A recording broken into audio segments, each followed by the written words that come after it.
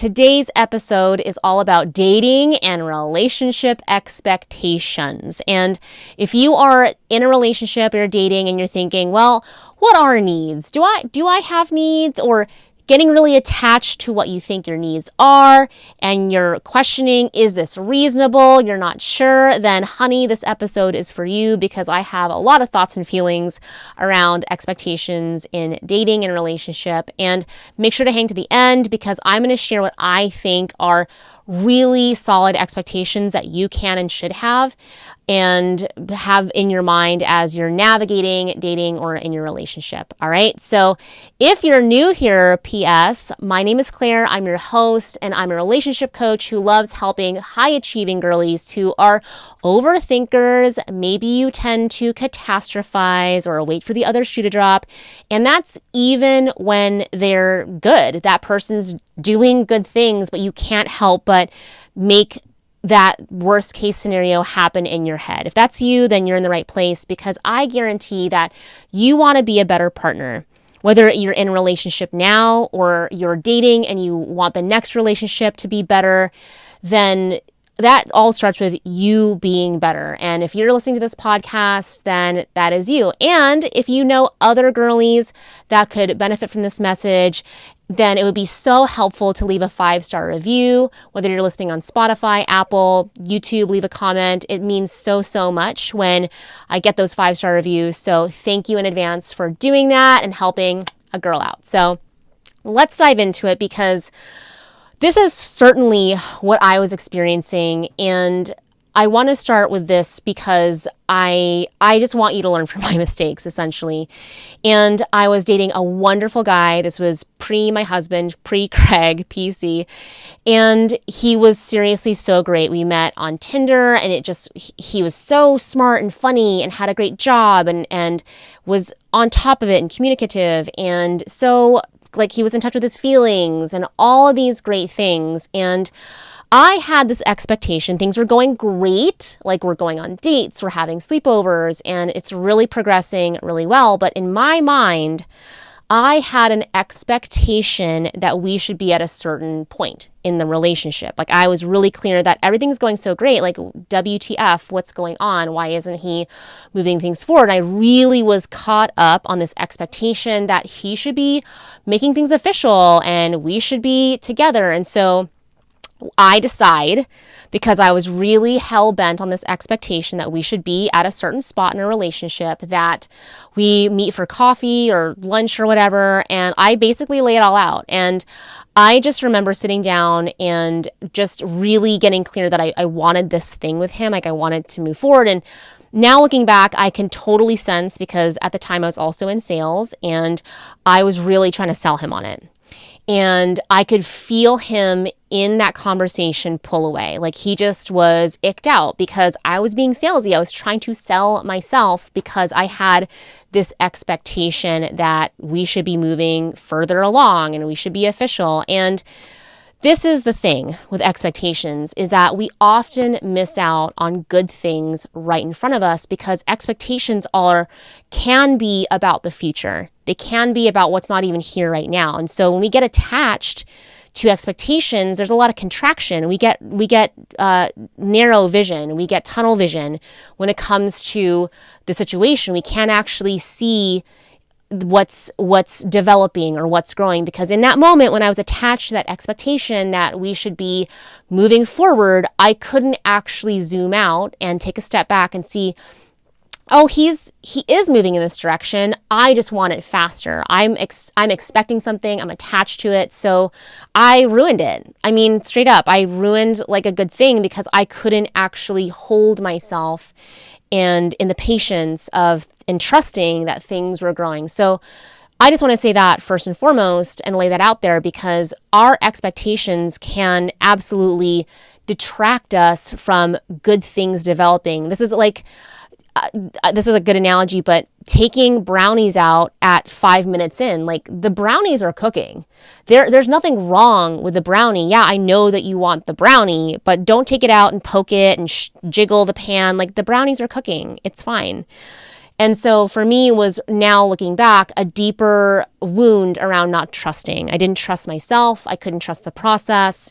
And because I was highly attached to this expectation that we should be moving forward. And I just also want to say that our culture in general is not always helping us to be okay and to trust. And I'll just talk about it because I'm kind of obsessed with it right now, and it's on, and that is Love is Blind season 6.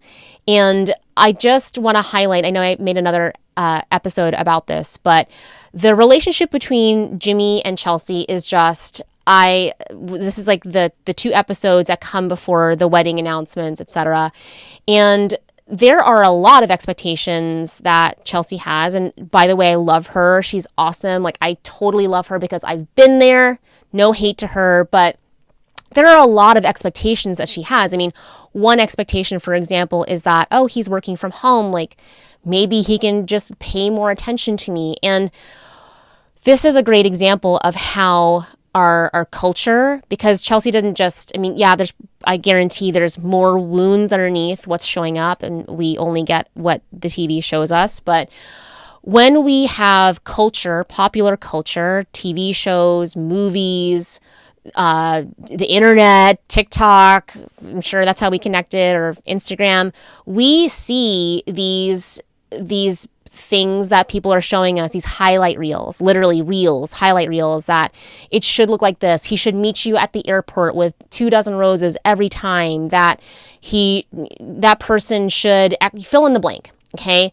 And the problem when we see the highlight reels, when we see these glossy edited versions of Love is Blind, and these, even the whole experiment in itself is it takes place in 8 weeks, 6 weeks, something like that. It's just not what real life is. And when we look at, okay, well, how are you making these expectations? We're looking at what pop culture and Western culture and social media culture is showing us. We're only seeing the highlight reel. And what the detriment of that is that it's accelerating our idea of love.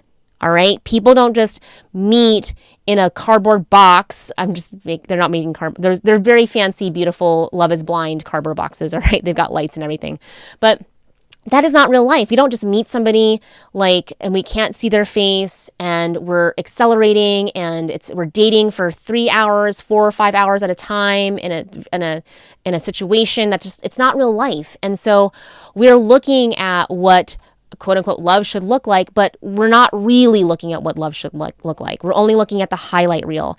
So the problem with creating expectations that I'm sure you're creating is that, where are you getting them from? Are you getting them from the internet? What? And I'm on the internet. Okay. I have an online business. I get it. But please, please, please don't take these expectations that are shown to you in highlight reels and expect that to be your real life. All right. That's just not the reality. So, for example, my husband, my very first trip when we first started dating, I came back, and yeah, he met me at the airport. He was watching my dog. He had a Jeep at the time, and he had the doors off, and it was windy, and he brought me a blanket.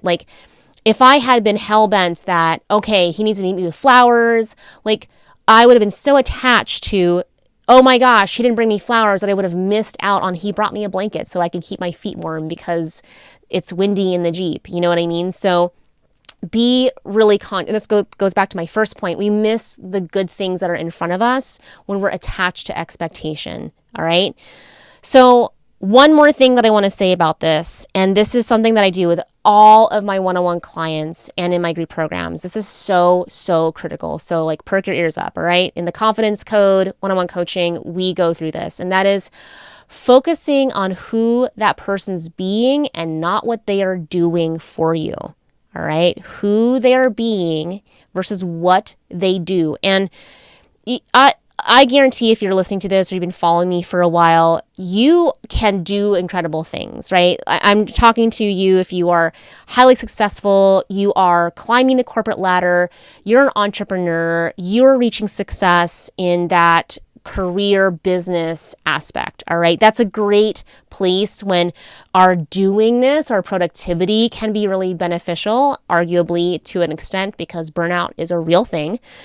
And when you have that certain skill set in that certain area of life, then it makes sense that there's carryover, there's crossover that you highly value doing in relationships too. And this is like where I spend most of my time working with clients, because we have to reorient to not what somebody does for us, but who they're being. And so I have a really clear example, speaking of this trip that I went on. So I went on a trip. I went on a wedding trip to see some friends get married, and I had a guy that I was dating meet me there, and he did all the right things. Okay, he was, number one, he was a great texter. He was so good at texting and being so sweet, good morning, all like these communication things that he was doing. He was doing all those pieces. He did the right thing. He got the hotel on his points. He picked me up from the airport, like all of these things that he was doing, right? Like so sweet, so romantic, like takes me out to dinner, all these pieces. And the reality was he was being a scumbag, okay? I found out during that trip that he was texting another girl the whole time. He was sending her pictures of our coffees, looking out at the water. He sent the same picture to another girl, all right? So this is another example. I had these expectations that, oh my gosh, this guy's doing these things for me. He's showing that I'm doing, if you're watching on YouTube, you can see this, but in quotations, he's doing all the nice things. He's texting and getting me at the airport, and he's being so sweet and so wonderful. No, he was not. He was not. He was being a total douchebag, all right? So this is also where if you are orienting to the wrong thing or things that are not actually important, then you're going to be disappointed. You're going to end up in situations where you're really not connecting with the person, or you're connecting with the wrong types of people because your focus is on the wrong thing. You're focusing on what somebody does for you, not who they're being, okay? And who somebody is being is everything. Who they're being is everything, because that person that's texting you good morning every morning, yeah, that seems nice. It feels nice in the moment. But he could be texting 15 other people good morning if you're in that getting to know you stage, all right? Like who that person's being over time, who they prove to be to you by who their beingness is so important, all right? So I want to go over a couple of pieces here that I 100% feel that are good expectations, right? And when I work with my one-on-one clients, like I do deeper work around like what are your expectations and standards that you need to be holding in relationship. But 100% they need to be respectful. Okay? Respect is 100% a necessary expectation, all right? And respect meaning, can they honor you? Can they appreciate you? Right? Do they see who you're being, not just what you're doing, but who they're being? Are you being considerate? Are you being compassionate? When they can respect that and appreciate that, solid expectation. Can they be honest? And notice that I'm using the word be. Can you be respectful? Can they be honest? All right. Healthy expectation. Honesty is a really solid expectation, because if you're not being honest, they're lying. So, and the only way to see if somebody's being honest is over time, credibility. All right. A healthy expectation is quality time, but here's the caveat. Please listen up. Quality time, but also time apart. Okay. That is a healthy expectation for them and yourself in relationship, that, yeah, they make the time, a reasonable amount of time based on the level of dating or relationship that you're in. All right. Can they spend the time, but also can you have time apart? That is a healthy expectation. I think because of popular culture, we're like, okay, spend 24/7 with each other, do everything together, be your best friend. And by the way, I have a whole other issue with like date your best friend, but because that can get misconstrued. But spending time apart is just as crucial, and I would argue critical, for a healthy relationship and an expectation that, yes, you need time together, but you also need time apart. All right. You need time to cultivate yourself. You both as individuals want to learn how to hold yourself and your emotions so that when you can regulate yourself, that allows for you to co-regulate with somebody else. Okay, when we can soothe ourselves, when we can be with ourselves, we can calm ourselves, we can be at peace with ourselves, then we will feel at peace with our partner. We will feel calm, we will feel reassured, we will feel safe. But if we don't feel safe within ourselves because we don't spend time apart, we can't be with ourselves, then we're going to have issues. All right? Last piece here would be, as far as expectations, communication. Now, the time apart and the quality time and communication are also kind of related, because your version of communication might be different than the other person's, okay? Just because you have a certain type of way of communicating. So I'm a Sagittarius, I'm a fire sign, I am fast, okay? My husband is a Capricorn. He is slow. And that doesn't make me right and him wrong. My way of communicating isn't better or more whatever, isn't right, and his is wrong. His isn't necessarily right and I'm wrong. They're just different. So have a clear understanding of what you know about yourself, and also hold space and grace for somebody else that might have a different communication style than you. And a style and speed is different than essence and quality. Okay? Just because you can send 20 texts in 20 seconds, that's like fast food, right? We want the quality of the communication to be high, not necessarily the quantity. All right. So those are my thoughts on dating and relationship expectations. I love talking about these topics, and if you're enjoying them, make sure to leave a 5-star review. And I am excited to see what happens in Love is Blind. I'm obsessed. And yeah, tell me in the DMs on Instagram if you have a topic that you want me to talk about, whether it's with a show or you have a question. I'm feeling like I should open a mailbox. So if you want to send me a DM on Instagram, put mailbox, and maybe I'll answer your question here on the podcast. All right. Thanks, angels. I believe in you. Mwah.